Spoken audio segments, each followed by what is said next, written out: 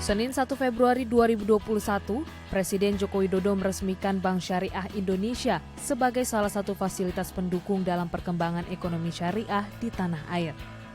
Berdasar pada data The State of Global Islamic Economy Indicator Report, tahun 2018 ekonomi syariah di tanah air menduduki peringkat ke-10 dunia.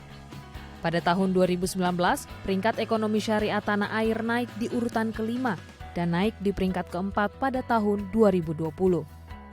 Dalam sambutannya, Presiden Joko Widodo menyatakan kinerja perbankan syariah Indonesia tetap mencatat pertumbuhan yang stabil dibandingkan dengan bank konvensional meski di tengah krisis akibat pandemi COVID-19.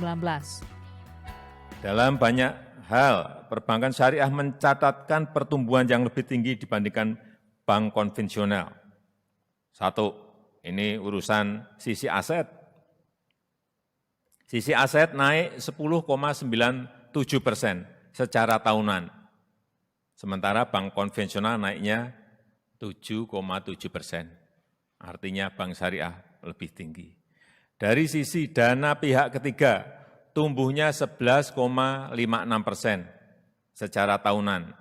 Sedikit juga di atas bank konvensional yang sebesar 11,49%. Kemudian dari sisi pembiayaan, tumbuh 9,42% secara tahunan, jauh lebih tinggi dari bank konvensional yang hanya tumbuh 0,55%.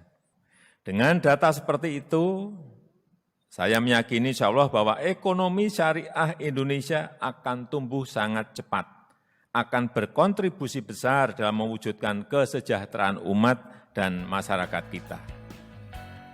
Sebagai bagian dari upaya mengembangkan ekonomi syariah di tanah air, Presiden berpesan agar Bank Syariah Indonesia dapat menjadi bank yang universal, terbuka, dan inklusif bagi nasabah, sehingga dapat menjangkau lebih banyak masyarakat di tanah air untuk bisa memanfaatkannya. Presiden juga meminta Bank Syariah Indonesia dapat menarik minat generasi muda milenial yang berjumlah 25,87% dari total 270 juta penduduk di Indonesia.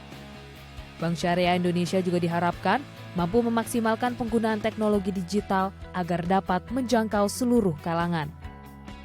Bagi barometer perbankan syariah di Indonesia, serta insya Allah nantinya regional dan dunia, saya mengharapkan Bank Syariah Indonesia harus jeli dan gesit menangkap peluang.